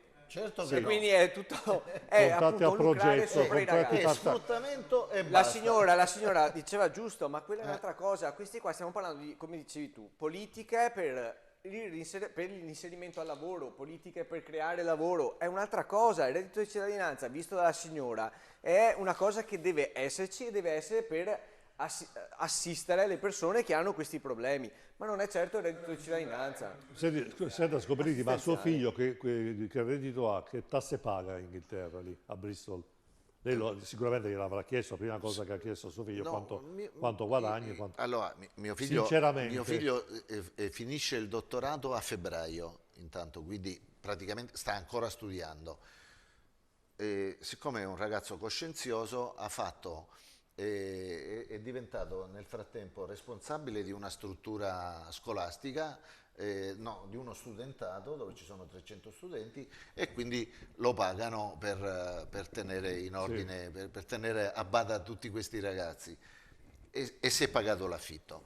Poi l'università gli ha dato la possibilità di tenere dei corsi, Sì, ma un se- paio lì di com'è corsi la a situazione semestre. fiscale? In sostanza io non lo mantengo più sto ragazzo. No, ma questo non vogliamo saperlo, vogliamo sapere a livello fiscale, Scopelliti. A livello Lei fiscale lo le sa, tasse sono molto inferiori quello, alle insomma, nostre. tutto, allora noi dobbiamo mantenere, e questo è quello che Draghi Certo. un anno non ha ancora fatto. Però poi Ridurre quando sarà le stabilizzato spese, le tasse cresceranno, no? ma dobbiamo ridurre le Io, spese. all'inizio mi sento al telefono con Matteo Salvini, dico sempre, Matteo, qui a Venezia noi abbiamo bisogno di lanciare i giovani ad aprire azienda, a fare azienda. Sì. Fare azienda significa, come dice lui, taglio delle tasse, zero per i giovani, zero. vabbè, le Perché partite IVA, scusa, fino a 65.000 euro non tu pagano. devi dargli la possibilità di creare il meccanismo per dopo lavorare, però la pressione fiscale che c'è per qualsiasi azienda in Italia è mostruosa. Chi è che fa azienda adesso?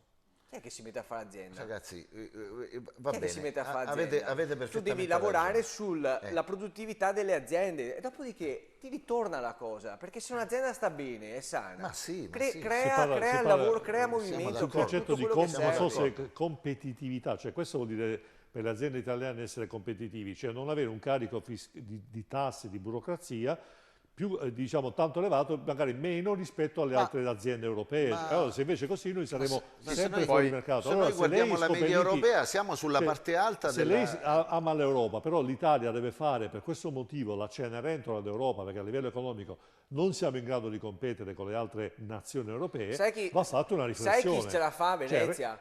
Gli extracomunitari, ok, gli indiani, che loro, i cinesi, le famose questioni cinesi, io non so, guarda, non tiro fuori una questione razzista, non c'entra niente. Loro cosa fanno? Fanno concorrenza sleale rispetto al commerciante a fianco perché ogni 2 anni chiudono la società e ne riaprono un'altra. Non pagano le tasse, non pagano nulla, gli facciamo le multe, abbiamo fatto 2000 euro di multa perché spaccavano le pietre d'Istria di Venezia, se ne fregavano di regolamenti, non li pagano. Questi sono gli unici che in Italia riescono a resistere. Ma io so però che qui c'è un grande centro commerciale cinese, lì in zona industriale, e facevano quello che volevano, a un certo punto è andata la finanza e ha sequestrato tutto. Cioè, se tu li prendi sui soldi, poi si mettono in regola pure loro. A Venezia hanno aperto e chiuso un'attività sullo stesso posto 19 volte, l'ha detto il generale della finanza. 19 volte non sono riusciti ancora. Chiudi in maniera programmata, tu non puoi bloccare una nuova attività. Come fai a aprire? Cioè, sono le regole nazionali. Tu chiudi la società e ne apri un'altra. Ma in effetti Scopelliti manca So che è secondo me difficile. una politica, è quello che io mi ricordo un anno fa quando facevo ancora questa trasmissione, dicevo sempre speriamo arriva Draghi che possa, essendo del settore economico, quindi non è che era il settore medico per dire, è del settore economico, Sì. potesse dare una nuova prospettiva all'economia italiana. Invece qua non Ma si vede scusa nulla. Vincenzo, Cioè, quello- cosa ha fatto di Draghi cosa in un stiamo- anno? ma cosa doveva Ha fare? fatto il Covid, Più di quello che ha ha fatto il fatto. vaccino obbligatorio per Cioè tutti. noi stiamo crescendo del 6,7%. Ma dove? Sfioriamo- Cioè, ma dove il 6%?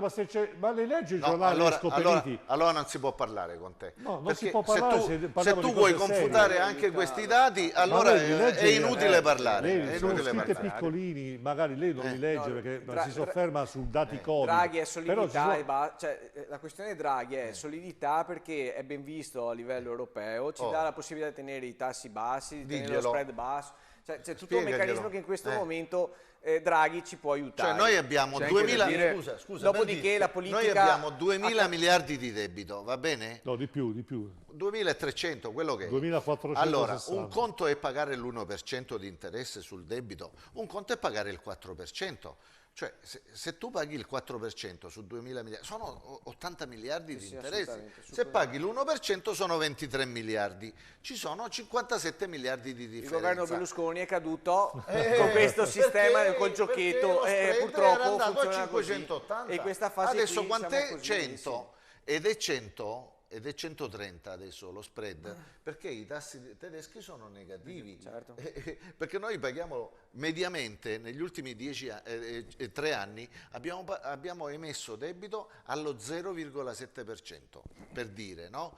Grazie a chi? Grazie a Draghi. Sì, no, ho capito, ma io Draghi non è che dico che non è così, però doveva fare delle cose per l'Italia, per aumentare. Ma non Le ha c'è- fatte. Non c'è evidentemente Fattene questa una volontà. ragione, la No, Meloni non le ha non governerà mai. No, vabbè. Sappilo, Ma cosa no, te lo c'entra? dico Cosa mi in frega a me? amicizia te lo dico, perché a te ti piacerebbe dai a ragazzina al governo. No, non lo fa il governo la Meloni. Lei dice che non lo fa. no. Ho deciso di no. Adesso Sebastiano Ho deciso Costolonga, No, lei il centrodestra lo fa. No, no. centrodestra da lo fa. capire... Guardate che a febbraio facciamo il Presidente della Repubblica. Chi sarà il Presidente della Repubblica? chi sarà? Dio non voglia che sia Draghi, perché Draghi invece- deve fare il Presidente del Invece io spero che lo faccia lui. fino al Però se 2026. l'alternativa è Berlusconi, abbia Perché pazienza. ecco, che lo faccia Berlusconi. Addirittura. Sentiamo Sì, una sì. telefonata da casa. Pronto? Buonasera signore, buonasera a lei e ai suoi ospiti. Sono la Luisa dalla provincia di Treviso. Sì, prego. Allora, è inutile parlare di finanza con uno che lavora nella pubblica amministrazione. Non capirà mai quello che deve fare uno che lavora in proprio. ed è completamente due vite completamente diverse, non lo capiranno mai, è inutile ed è fiato sprecato, perché uno che lavora in proprio si fa un fondoschiena grande come una montagna e quelli che lavorano nella pubblica amministrazione quelli non lo capiranno mai.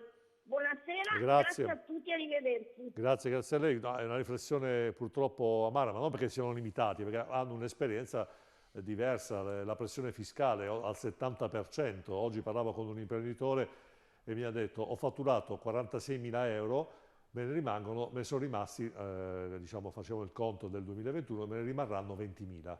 Cioè, ecco, quindi ci sono 35.000 euro, quasi 35.000 euro di tasse su 50.000 euro di fatturato, quindi veramente siamo in una situazione parossistica. Però qua Scopelliti non c'entra Berlusconi, Draghi, qui non c'è la volontà politica di migliorare la situazione economica, non fa audience per un partito aiutiamo gli imprenditori, perché per il PD dire aiutiamo gli imprenditori è un obbrobrio. Lo fa la destra e l'unica speranza è che evidentemente l'imprenditoria possa risollevarsi, i giovani possono tornare a lavorare in Italia e dare la possibilità di far risollevare l'economia, non risollevare i dipendenti pubblici. Va bene, tanto io la penso esattamente in maniera diametralmente opposta, nel senso che noi siamo il quinto paese per fatturato nel mondo, mi pare, o il quinto o il sesto.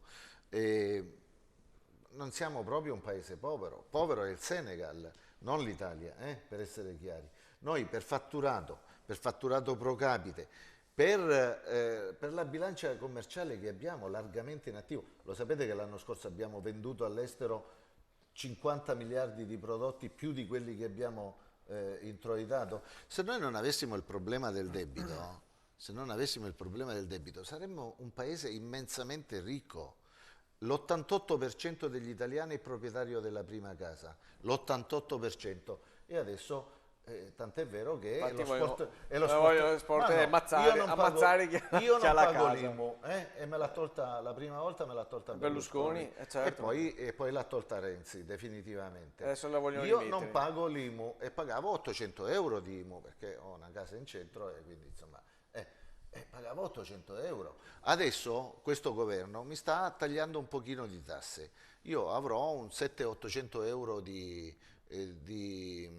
vantaggio fiscale all'anno con una riforma perché 60 euro mediamente, 50, va 60. Bene, ma voglio dire, in un periodo in cui tutti ti aumentavano le tasse, c'è un governo che te le taglia, che poi siccome mi tagliano anche un po' di contributi previdenziali, alla fine il mio guadagno sarà di 120-130 euro netti al mese. 120 io, 120 mia moglie, sono 2,40, voglio dire, insomma, io ho un mutuo da 600 euro, mi pago quasi mezzo mutuo. Però l'importanza del centrodestra all'interno di questo governo si nota comunque, spinta, a parte appunto per il rinvio delle cartelle esattoriali i 3,9 miliardi per l'aumento delle spese. Comunque anche, sentivo le proposte di Salvini che voleva ampliare il regime forfettario, ad esempio, certo. Perché sostanzialmente si riparte da lì, dal lavoro autonomo che fino a anni fa... No, assolutamente non ho detto quello, però l'idea della politica industriale da parte del centrodestra è questa, insomma, ripartire da dove eravamo, dalla spina dorsale che era di quello che era il nostro paese. Ma vedi, poi ci sono le questioni di fondo però, che sono queste. Mentre Forza Italia è un partito neoliberista e fortemente radicato in Europa, cioè noi come facciamo a pensare che una come la Meloni possa andare al governo, lei che strizza l'occhio a Orban e ai polacchi? Cioè a noi i polacchi e gli ungheresi li caccerei dall'Europa, guarda un po', e lei va d'accordo con quelli. Basterebbe fare Salvini come... no, ma posso Salvini c'ha un po' di gente un po' stramba nel partito. Vorrei la Merkel qua. La Merkel, perché la Merkel si è fatta i fatti suoi e ha fatto gli interessi della Germania. Ci fosse uno che faccia gli interessi ormai, perché secondo lei Scopelliti che si chiama Meloni, che si chiama Salvini, che si chiama Berlusconi, basta che siano persone che hanno voglia di fare gli interessi. Tutte le trasmissioni di Vincenzo, dell'Italia. in tutte le trasmissioni di Vincenzo, sai cosa dico? io vorrei la regione Italia nella nazione Europa. Perché se noi fossimo veramente una nazione, se mettessimo insieme, guarda, gli eserciti, la politica estera e un po' di omogenizziamo i prodotti, la sana pasta. fiscalità, Tutte cose che non sono state mai fatte, Infatti, e che si queste sono sono impegnati tre sulle cose. cazzate come noi il comanderemmo riso, il mondo, non la Russia, cozza, l'America e la Cina. Però ad oggi l'Europa, l'Europa... la Noi cozza siamo che il deve essere a maggior- misura. Però ad oggi l'Europa, con tutti i problemi che ci sono, su cosa va a mettere il dito sulle piaghe sulle 48 ore per avvertire del Ah, sì, piano infatti, queste sono Devi cose fa capire che bisogna proprio... correggere. Buon Invece Natale, le cose che hai detto tu sono giuste. su Certo. Buon Ci Natale. vorrebbe- Siamo tutti d'accordo. dovremmo Il fatto lavorare che su Draghi questo, non ha questo è- avvertito in Ma anticipo... non è che voglio un presidente patriota. E che vuol dire voglio un presidente patriota? Perché Mattarella non è patriota per caso? Ma, cioè, a Ma parte, che a vuole parte- dire? Che voleva dire la Meloni? cioè, Dai, a dai, parte questo, per però, piacere. ecco, per È esempio, inadeguata. l'ultimo accordo che è stato fatto in sordina, perché poi questo va detto fra Francia e Italia, dimostra chiaramente come noi non siamo questo amore per la tutti patria. gli accordi si fanno in così- questo modo. No, l'amore per la L'accordo patria nostra. si insomma, lavora dietro le sono quinte, anni che si sono- fa l'accordo e poi l'accordo viene presentato al Parlamento. Il Parlamento è sovrano e dice sì o no. In questo caso hanno detto però sì, all'unanimità. sono Guarda un sono po'. almeno 20 anni che l'Italia svende da Mediobanca, Generali, eccetera, eccetera, chi? alla Francia. Sentiamo una telefonata, sentiamo una telefonata da casa. Pronto, chi parla? Pronto? Sì, pronto? Pronto? Sono Pronto? Giuliano. Sì, prego. Con Giuliano, Sì, da prego. Cittadella. Sì, prego. Sì, senta, sentivo parlare della Meloni. Sì. Mi viene da ridere a me questo tipo di politica. Perché la Meloni, oggi il governo, il Parlamento ha illustrato le forme restrittive a causa Covid per gli ingressi dagli altri paesi. No, la Meloni, se non ho capito male, alla televisione, fa un'interpellanza all'Europa per chiedere se queste norme, diciamo, restrittive sono in linea con i principi europei. Ma fino all'altro giorno la Meloni era quella che sosteneva che bisogna uscire dall'Europa, che come deve essere anche la Lega, eccetera. Allora, è tutto un discorso di politica, ma non di coerenza. Lasciamo perdere, su, via. Va bene, grazie, no, grazie di questo intervento, il nostro amico di Cittadella. Vabbè, Lodo, lei cosa dice? La Meloni, perché ha fatto un'intervista proprio oggi, mi pare, Corriere della Sera online alle 15:30, che ha detto esplicitamente dei principi che uno può essere d'accordo o non d'accordo, però insomma, comunque i sondaggi sembra che la diano abbastanza favorevole. Sì, Contano diciamo Invece che i sondaggi su Renzi, per esempio, lo danno fuori perché sì, cioè, ma intanto, Scopelliti, se faccio una ragione, mica colpa mia. no, intanto No. il governo governiamo noi. E la Meloni, dov'è la Meloni? io non ho troppo... Cioè, parlando di sondaggi non dovrei essere il primo in fila a parlare, perché comunque anche Forza Italia è in crollo da anni, voglio dire. Però ognuno fa le scelte che ritiene corrette. C'è chi sceglie determinate cose in base ai sondaggi e chi le sceglie per aiutare il proprio paese. Secondo me hanno fatto bene Forza Italia e Lega a entrare in questo governo, perché senza di noi saremmo punto a capo col figliuolo, le sue mimose, i suoi fiori all'interno del... No, non col Draghi figliuolo, no. mi scusi, sì, mi sono sbagliato. Con Draghi Meloni ha deciso di fare una scelta di quel tipo, rispettabile, ed è chiaro che comunque da quella parte, facendo quel tipo di politica, se non cresci nei sondaggi in quel modo, facendo opposizione, la vedo dura che tu cresca in altri modi. Io rispetto la scelta che ha fatto Fratelli d'Italia, perché comunque anche l'opposizione è necessaria in una democrazia, però secondo me è stato più doveroso e corretto come ha fatto Forza Italia e Lega entrando in questo governo, perché comunque, come dicevo prima, la nostra spinta si vede. Oltre che il rapporto personale che hanno diversi rappresentanti di Forza Italia stessa con Mario Draghi anche, che penso sia felice dell'apporto del centrodestra, se no si sarebbe trovato in difficoltà con PD e Movimento 5 Stelle. Ma non avrebbe neanche accettato. E non avrebbe neanche accettato, esatto. Vedremo, riguardo anche le idee che stanno cambiando in Giorgia Meloni, anche Salvini le ha cambiate, era la persona che andava in TV con le felpe no euro, poi pian pianino si è avvicinato anche alle posizioni del Partito Popolare, perché è la necessità delle cose, della situazione a portarti a queste scelte alla fine, perché l'opposizione va bene, ma finché puoi essere libero di non decidere, ecco, ma quando è ora di decidere capisci da che parte stare, insomma. Ecco, poi Costalonga, io sono un po' preoccupato perché 2 anni, si parlava massimo 2 anni può durare lo stato di emergenza e questi qua invece sono fatti un Consiglio dei Ministri, se la prorogano al 31 marzo di 3 mesi. Non è che questi qua non ci fanno votare più, cioè, perché a Scoperite, visto cosa dice, ma siamo noi al governo quando, chissà se si va a votare qua, cioè, ho delle perplessità perché qua ci prorogano, si fanno le leggi. Per Milano abbiamo votato. Io sinceramente in emergenza. avevo già parlato anche in giunta per dire dovevamo ritirare i plateatici a Venezia, quelli Covid che erano aumentati. L'ho legata all'emergenza Covid, cioè se veniva ritirata l'emergenza Covid avremmo ritirato il provvedimento. Perché sicuramente, visto l'andamento il periodo invernale, era logico che si arrivasse a marzo, quindi io non la vedo così drastica, cioè c'è un momento difficile, è meglio rimanere perché il togliere via l'emergenza Covid significa tante cose che vengono messe in piedi. Dico anche sugli sfratti, una piccola cosa che partirebbero tutti gli sfratti di tutte le persone che magari hanno sofferto, che sono in difficoltà visto l'emergenza Covid. Quindi per me va bene, ci ragioniamo sopra, io non vedo assolutamente c'è la volontà di eleggere il nuovo, finalmente, cioè andiamo a eleggere il nuovo presidente, sicuramente ci sarà un anno di lavoro, che sia questo governo, che ne sia un altro per arrivare alle elezioni. Quindi lei Costalonga dice no, Draghi, io sono tranquillo. Draghi sì, dice Draghi presidente. Ma io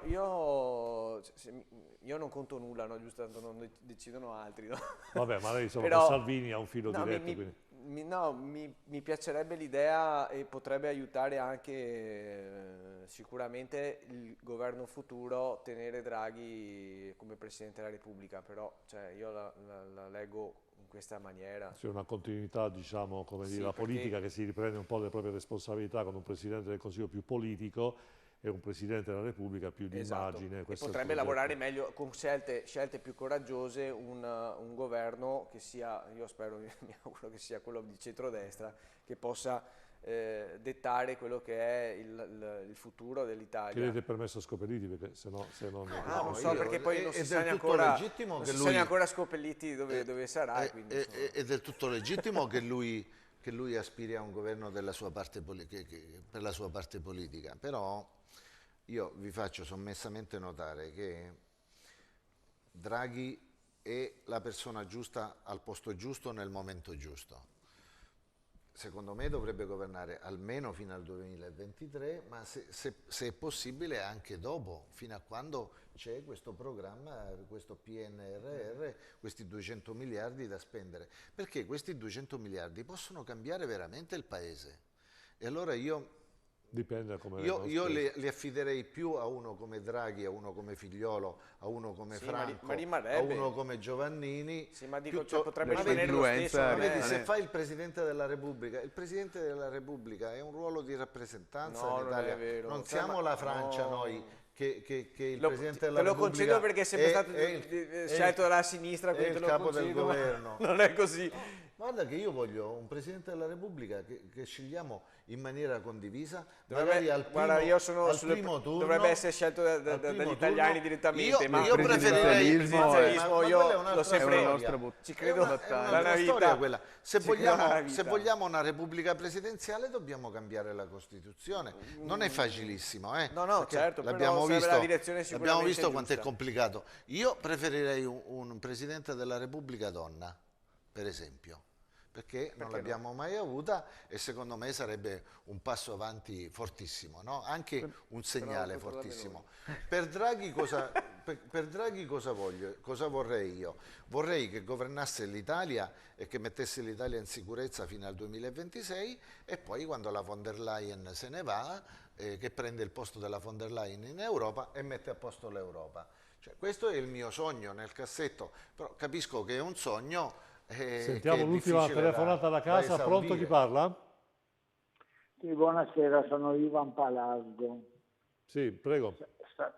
Saluto Scopelliti perché mi conosce e ci conosciamo.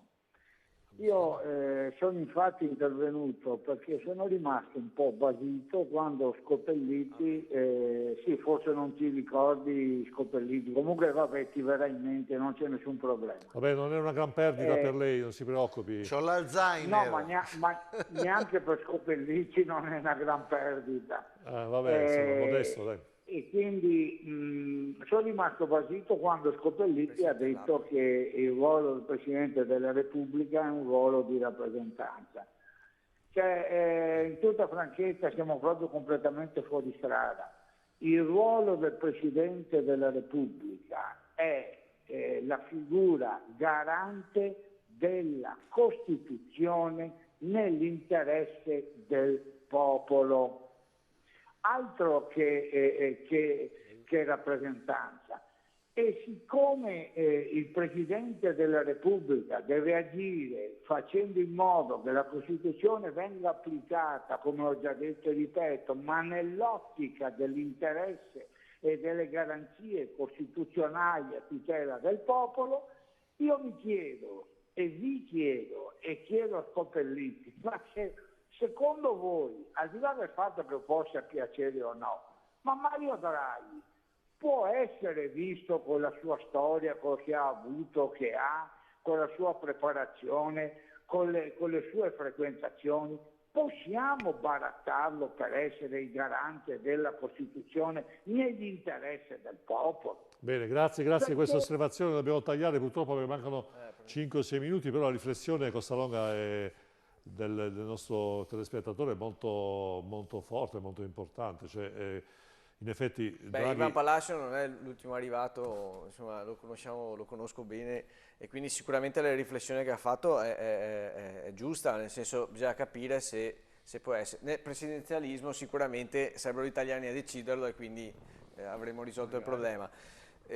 Io dico che comunque è una figura importante che può aiutare, diciamo, l'Italia soprattutto a livello europeo, con la figura di Presidente della Repubblica, che il Presidente della Repubblica, soprattutto anche quelli passati, hanno condizionato tantissimo le scelte dei governi, non è vero che erano lì per sbaglio, anzi, infatti purtroppo, dico io, sono stati sempre scelti in quella fase lì, fatalità, da governi di centrosinistra. Mi auguro che questa volta, pur essendo una figura che deve essere vista come in maniera trasversale, ma comunque io dico che influisce assolutamente sui governi e sull'operato. E quindi diventa fondamentale avere una figura che, per il mio modo di vedere, insomma, potrebbe essere Draghi, ma potrebbero essere altre persone. Vedremo. Io sicuramente vorrei che domani ci sia invece al governo un presidente del governo, della coalizione di centrodestra, una persona che sia una figura che viene direttamente dalla politica e non da altro, perché c'è bisogno di proprio lanciare le idee che sono nei partiti, trasformarle in realtà.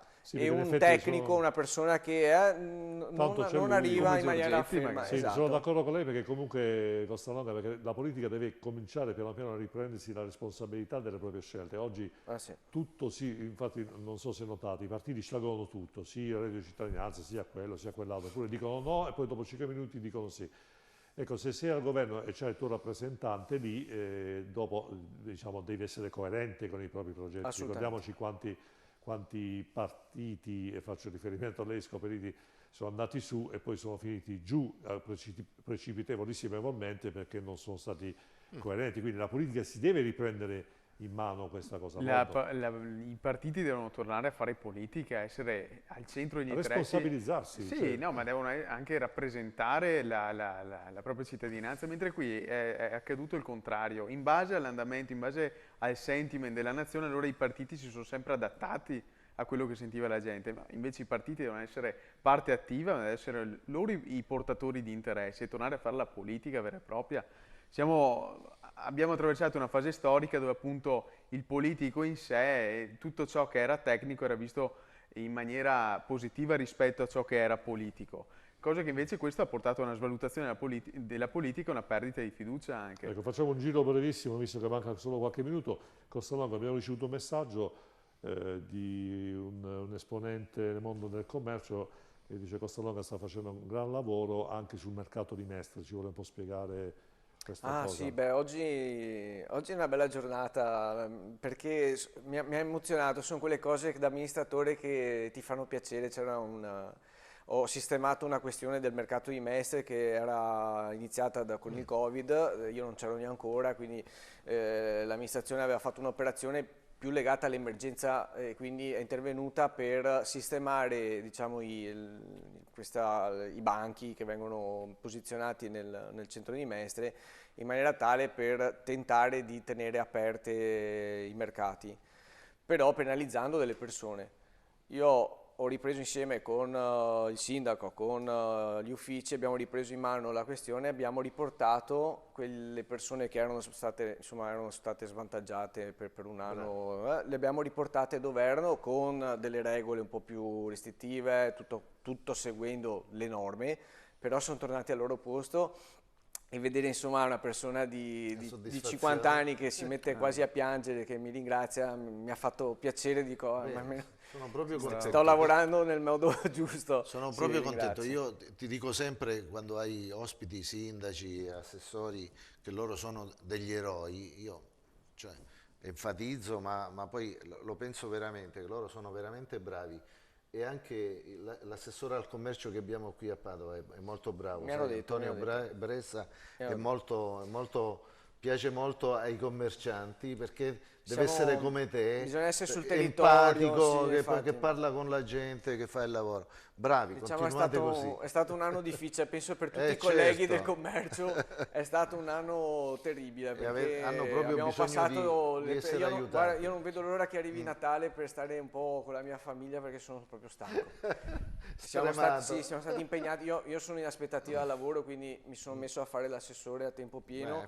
E il tempo pieno voleva dire oltretempo, cioè non c'era orario, sabato, domenica, cioè proprio perché c'era la sensazione di gente veramente disperata con il Covid e avevano la necessità di avere un punto di riferimento. Noi, essendo il primo punto di riferimento della politica, dei cittadini, nel bene e nel male dovevamo essere presenti. Bene, complimenti, perché comunque il commercio è quello che ha sofferto molto, poi anche noi con le nostre trasmissioni siamo stati sempre vicino al mondo degli ambulanti, abbiamo fatto anche dei servizi esterni. Lodo, i giovani oggi ancora di più secondo me stanno soffrendo, più che altro dico sempre vi hanno un po' tolto i sogni, no? Cioè, i giovani, sono stato giovane anch'io anche se non sembra, però mi ricordo a 25 anni sogni, 27 anni sogni di realizzare, sogni di fare carriera. Invece qua i nostri governanti ci hanno trattato un po' le ali, quindi quali prospettive, quali idee secondo te possiamo portare avanti per la difesa dei giovani? Quello che dicevo prima, dare delle garanzie, è il primo problema secondo me è che il giovane, così come l'imprenditore in sé, manca di garanzie, cioè deve avere uno Stato come amico che nei momenti di difficoltà viene a soccorrerti. Dicevo prima riguardo i mutui, i giovani rispondono. La politica per i giovani, diciamo. Esatto, sì, abbiamo questi soldi del Piano Nazionale di Resistenza e Resilienza che sono appositamente stanziati per le nuove generazioni, per la sostenibilità, quindi più di questo, più di avere queste opportunità, non vedo altre alternative, insomma, bisogna coglierle al massimo, ma che siano effettive, cioè che non siano soldi a pioggia destinati ad accontentare tutti, ma insostenibili, nel senso nel breve periodo e basta. Ecco, 30 secondi, Scopelliti, se fosse Draghi oggi, quale sarebbe la prima cosa che vorrebbe cambiare proprio oggi, solo oggi, un presidente Draghi per un giorno? io se fossi Draghi penserei a riaprire il programma nucleare in Italia, per esempio, per rendere l'Italia Meno dipendente pulita, perché l'energia nucleare oggi di nuova generazione è forse l'energia pulita di cui abbiamo bisogno, d'accordo con Salvini, e a basso costo. È d'accordo con Salvini. Una volta tanto che sono d'accordo con Salvini, perché no? Perché no? Sono soprattutto d'accordo con Cingolani, che è una persona seria e che sta dicendo se vogliamo abbattere la CO2 non dobbiamo usare né il carbone né il petrolio ma neanche il gas. Quindi l'energia da dove la prendiamo? Dal vento e dal sole e di notte? E quando non c'è vento ci vogliono le centrali come in Francia. Ce ne sono 80 in Francia. Sì, ce l'abbiamo qua dietro. In Belgio, a Bruxelles, ce n'è una sola e dà energia a tutta la nazione. Bene, allora, a Tallinn lo stesso. Bene, il tempo a nostra disposizione ormai è giunto al termine. Ringrazio innanzitutto gli amici da casa che ci hanno guardato e anche quelli che ci hanno telefonato. E grazie, approfitto per ringraziare anche i messaggi di sostegno che riceviamo sempre, ci classifica come una trasmissione in cui viene dato spazio anche a chi dissente o chi ha un'opinione diversa dal mainstream, e questo mi fa molto piacere. Qui chiunque può dire la sua e ovviamente con la massima liberalità.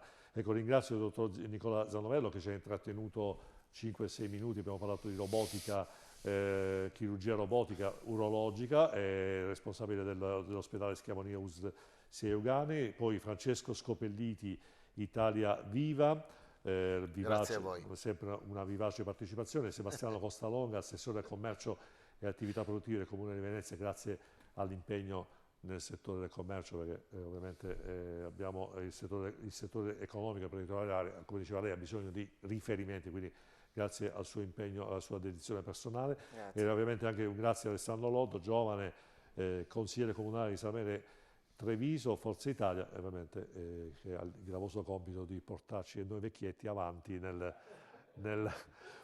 pagamento delle pensioni nella parte della battuta. Speriamo che il piano possa darvi più spazio, perché lo credo fermamente, e anche il senso della tua presenza oggi proprio qui è proprio quello di dare visibilità ai giovani. Voglio con questa trasmissione ricordare che ci sono anche i giovani che sono il nostro migliore investimento. Alla prossima mercoledì. Non c'è un po' la macchinazione, non c'è una politica.